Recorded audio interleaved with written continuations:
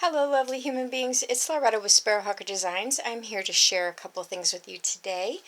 These are two needle cases, or needle books that I made using these cutter quilt pieces. I do have some of these, they should be in my Etsy store by now. I'm going to put some of these in there. This is really nice, it's kind of thin. It's all these really pretty pastels. So anyway, I constructed them in two different ways. So I wanted to, you can see this one's slightly smaller. So I just wanted to show you how I did both of them. Let's see, let me get my other piece of fabric over here. So, let's see. Okay, so this one was constructed like this. I took the cutter quilt piece like this, and I just put a piece of fabric down, and then I did like a little basting stitch so it wouldn't move, and then I trimmed it up with the edges, and then I just did the blanket stitch all the way around the outside. So it is literally just, it's raw edge, that's literally all you do. And then for the page that's in the middle, I did the same thing. I took the piece of white fabric, and then it's got a little bit of a print on it, so you got to make sure you have it on the the correct side, and made a little sandwich, and then did a basting stitch so it wouldn't move, and then trimmed this down, and then just did the raw edge blanket stitch like that all the way around it, and then put it together. So this one, let me show it to you. I put one of my fans on here with a yo-yo, and then there's some seam binding here on the outside, and then that's the inside. Here's the inside page. Now I did glue this in. I originally had wanted to sew it in, but my sewing machine would not allow all that bulk to go through it, so I just glued it in. Put a little bit of trim there on the edge, and that's it.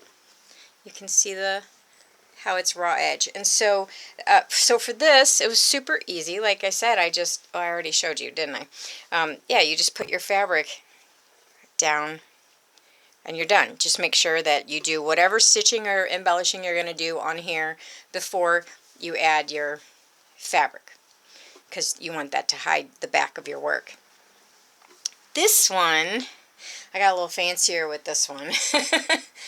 So I just did some stitching on the front, some yo-yos.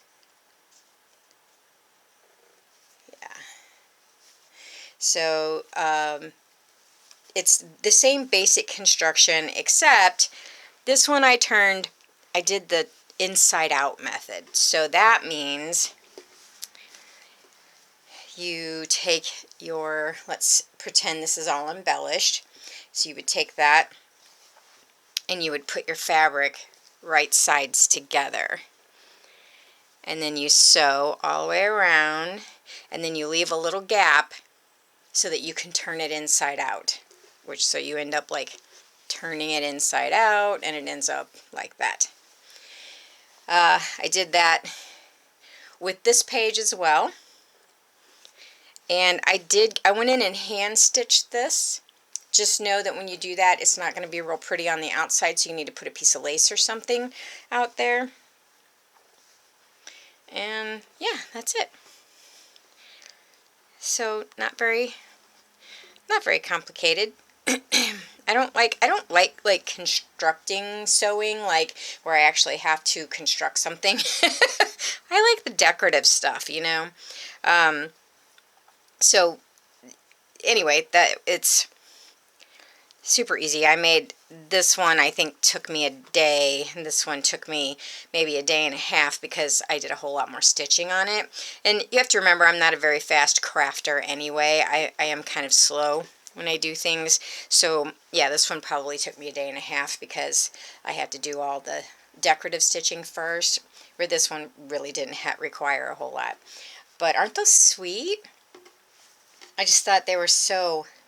And this quilt that I have that I cut up for these is just, it's all scrappy, so it's all like different colors and different fabrics, but it's all real faded 1930s looking. It's just adorable. So yeah, and so the only other thing I have is I do have some new kind of kits up in the store. These are slow stitch kits as well. Each one comes with these cutter pieces and some floss, some buttons, and some sequins. But basically, they're the vintage ones. I have reached into my vintage laces and trims and decided to make some kits with those. These were fun, just kind of like going through and trying to decide what I was going to put in and what I wasn't. So there are like 20 fabrics in here. This one, most of them are vintage. This one is feed sack. This is from the 50s. This one's from the 60s, I think. This is, I think, 60s or 70s. This is from the 50s. So yeah, so there's a whole bunch. This one's from the 50s.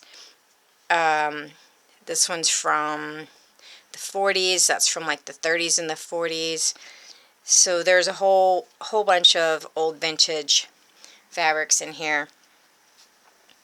And yeah, and then this and the vintage laces and trims, which are so much fun. They're so yummy. Anyway, but yes, I just wanted to share this with you in case you have some cutter quilt pieces of your own. And you know, you could even, if you just had, if they weren't cut like this, where you have a front and a back, if you just had the front, and you could always sew down this line, and you know, you don't have to have a whole rectangle piece. You could have two separate pieces. But I just thought I would show you what you can do with some cutter quilt pieces if you wanted to. These make darling little gifts. They're handmade, and yeah, I think that, I mean, I had fun with it. So anyway, I hope you guys are having a lovely January, and I will talk to you guys later. Bye!